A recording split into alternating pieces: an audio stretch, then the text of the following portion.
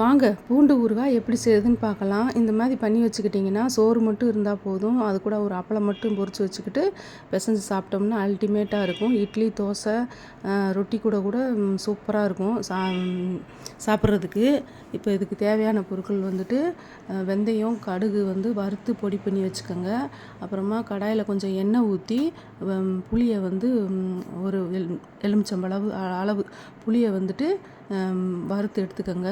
ஒரு மிக்ஸி ஜாரில் வந்துட்டு கல் உப்பு ஒரு குழிக்க தேவையான அளவு ஒரு 4 டீஸ்பூன், பூண்டு வந்து ஒரு 2 கை பாதி, நம்ம 1/2 கிலோ பூண்டு எடுத்துருக்கோம். அதில் பாதி பூண்டு அந்த மிக்ஸி ஜாரில் போட்டுட்டு அது கூட நம்ம வறுத்த புளியையும் போட்டு கிரைண்ட் பண்ணி எடுத்து வச்சுக்கோங்க மிக்ஸி ஜாரில் போட்டு.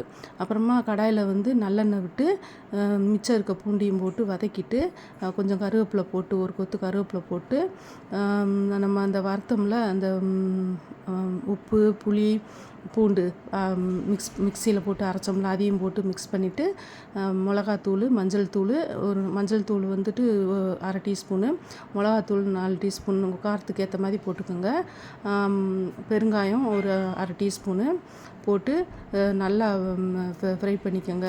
வெந்தயம் வறுத்து பொடி பண்ணி பவுட்ரு பண்ணி வெந்தயம், கடுகு இதெல்லாம் வச்சுருந்தோம்ல அதையும் போட்டு நல்லா மிக்ஸ் பண்ணிவிட்டு வினிகர் வந்து ஒரு 2 டீஸ்பூன் போட்டு மிக்ஸ் பண்ணிவிட்டு இன்னும் கொஞ்சம் நல்லெண்ணெய் தேவையான அளவு கொஞ்சம் போட்டு மிக்ஸ் பண்ணிவிட்டு பாட்டில் எடுத்து ஸ்டோர் பண்ணி வச்சிங்கன்னா உங்களுக்கு இது ஒரு வாரம் கூட மிஞ்சாது. நம்ம இப்போ செஞ்சுருக்கிறது 1/2 கிலோ பூண்டில் செஞ்சுருக்கோம்.